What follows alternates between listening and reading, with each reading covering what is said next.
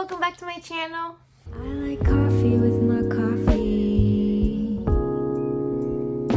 I'm a no bullshit kind of girl.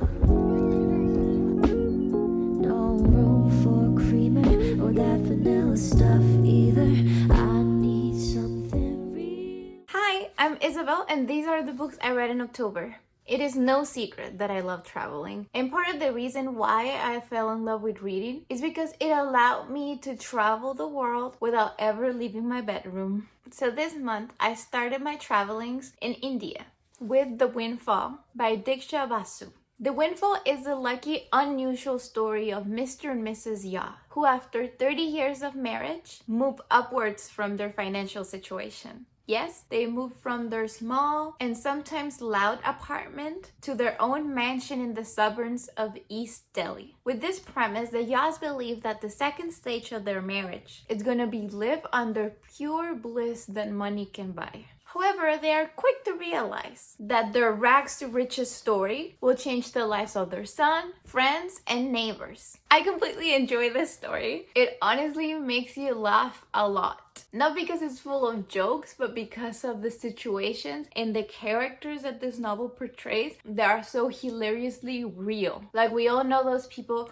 who are always very on trend and they try to keep with the Jones, and they see that people who are starting to get money are a threat to them and their status, because if everyone's starting to be a millionaire, then being a millionaire is not a big deal.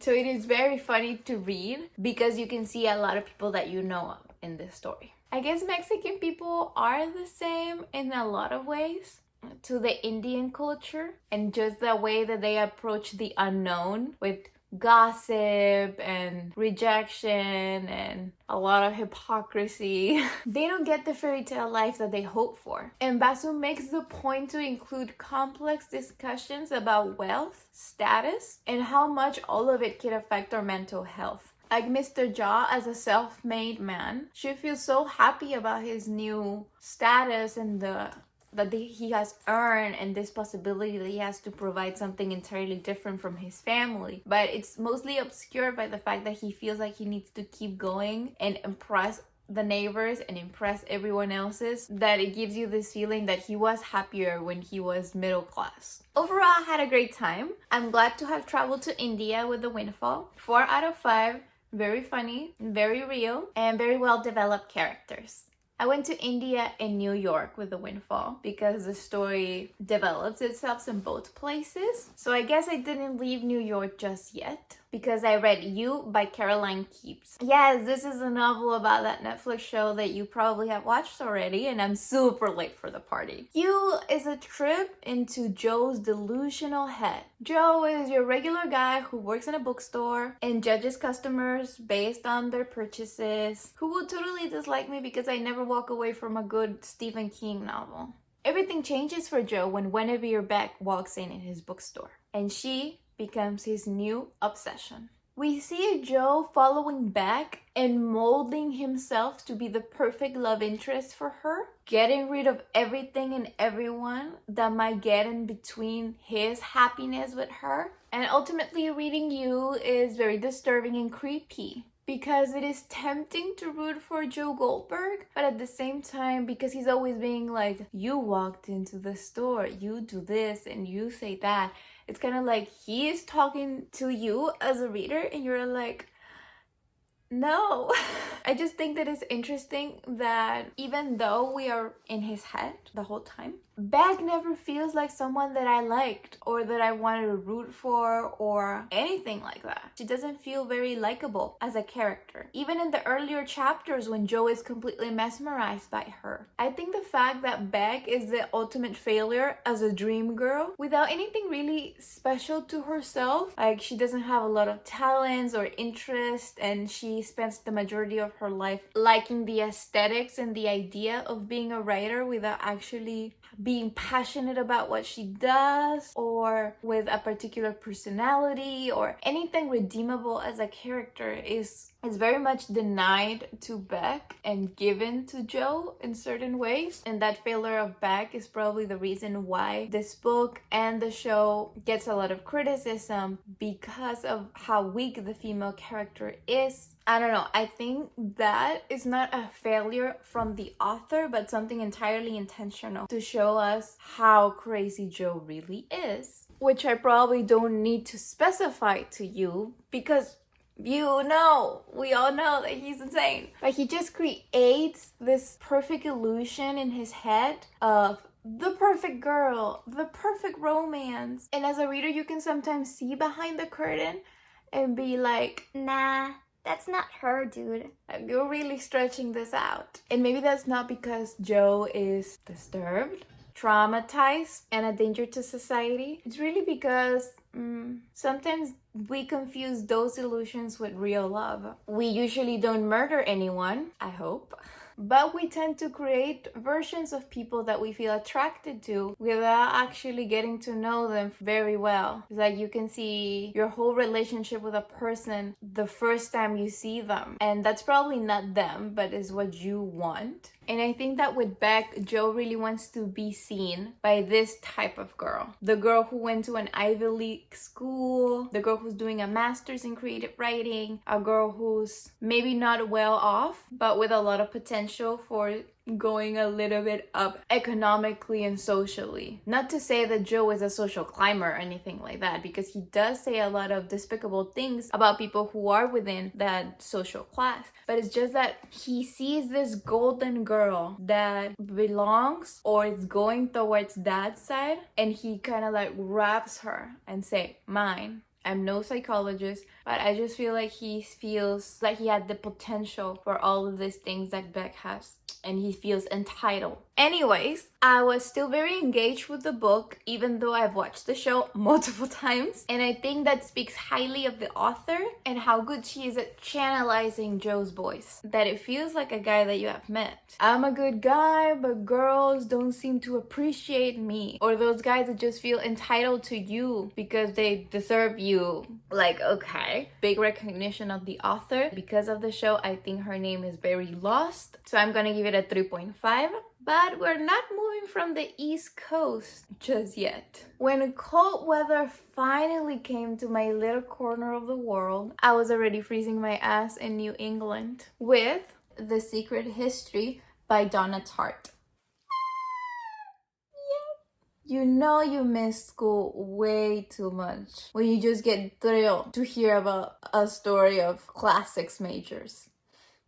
Fun fact, if I had my way, I would have double major in English literature and classics with a minor in comparative literature. The Secret History follows 6 elite students from a prestigious college in New England. Our narrator, Richard, is a transfer student from California who, without realizing it, he gets involved in the murder of one of the group after a Dionysian rite. And like that, the murder mystery story begins.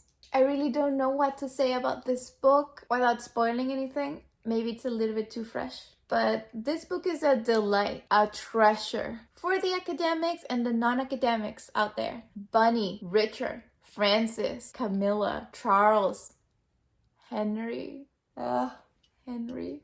They will all stay with you forever. I know they will. The story gets all the tints that you might want in a mystery. But the nostalgia, the Dionysian madness surrounding them is like at the beginning of the novel, you don't know them, but you still feel sad about this group, about what could have been, about not knowing anything more about them. Reading The Secret History is like flipping through an old photo album, like those that your grandma used to have in their house, of people that you have no idea who they are. And then you just flip through the pictures and you start seeing them over and over again. And you are like connected to them in a certain way, but you already see them with the old Polaroid filter. You already see them as past, as someone that doesn't exist anymore, and you're kind of falling in love with them. You are getting attached to these images of their smiles, of their youth, and you as a person from the future can't help but feel a little bit nostalgic about them. That's the Greek tragedy that follows them. This book really embodies beauty is terror, because beauty is a secret history. I will never forget Henry Winters. Never. Henry Winters will always live within me. He will always be the measure, you know? I'm pretty sure I will make a separate video about the secret history that might include spoilers. I just feel Henry Winters deserves a separate video from me when I talk freely about him. I give it a 4.5 out of 5. Almost perfect, amazing, cozy, but cold.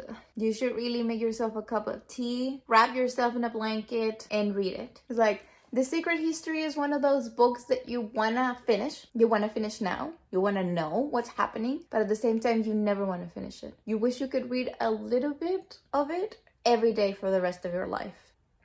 It's just a very perfect book. And I hope you read it. I mean, I hope you don't read it so you don't feel bad like I do. But I hope you read it so you meet these characters. After The Secret History, I had to come home for a little bit because I got sick. Not the virus, something else. So I didn't read for a couple of days. I binge watched The Great British Bake Off. But after that, I went away to Monte Carlo in England. Specifically, I went to the very famous Manderley. Like everyone else, I heard about this upcoming Netflix movie and I got curious. So I picked up the book from the library and I started reading it before the film came out. But then the film came out and I was in the middle of the book, so I haven't watched the movie just yet. Don't talk about it. But yeah, oh boy. You know I love me a good gothic novel, but Rebecca is just so many other things. Rebecca is the story of a young unnamed woman who quickly falls in love with a wealthy widower in Monte Carlo, Mr. Maxim de Winter. De Winter is twice her age, but she doesn't care about that. She really falls in love with this man, they quickly marry, and he takes her to his mansion by the sea, Manderley. Soon, this young woman realizes what she really married into. The house, the servants, the furniture, the title of Mrs. De Winter are going to be a very difficult thing to maintain and to please others with.